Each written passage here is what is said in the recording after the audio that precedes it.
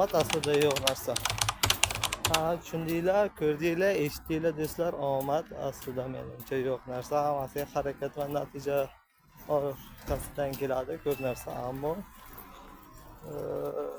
demak hozir yo'lda o'tsak.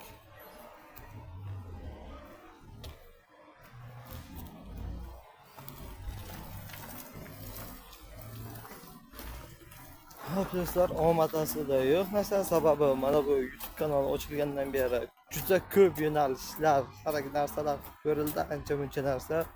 Xullas, har oy yangi yo'nalishga burildim. Menimcha katta xatoyim ham shu bo'lsa kerak. Bir oy, 2 oy o'yin, yana 2 oy boshqa yo'nalish, yangilikdan boshlangan yana bu kanal yoki boshqa soha ham. Xullas, kanal 2021-yil ochilgan, 5 yil bo'ldi. 5 yilda atigi 10 ming obunachi yig'ildi xolos do'stlar.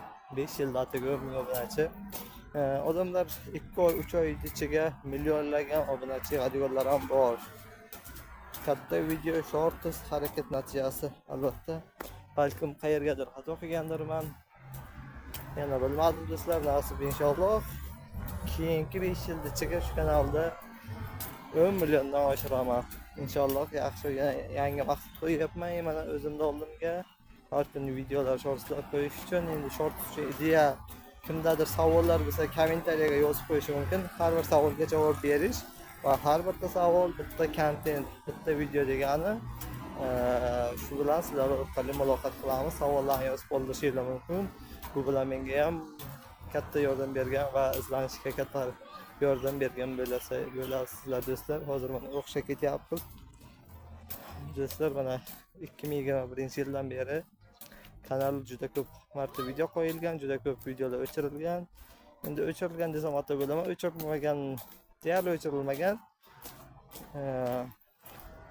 Faqatgina kanalda burilishlar, yiqilishlar juda ko'p bo'lgan. Hozir ham prosmotr yo'q, nolga tushib qolgan kanal.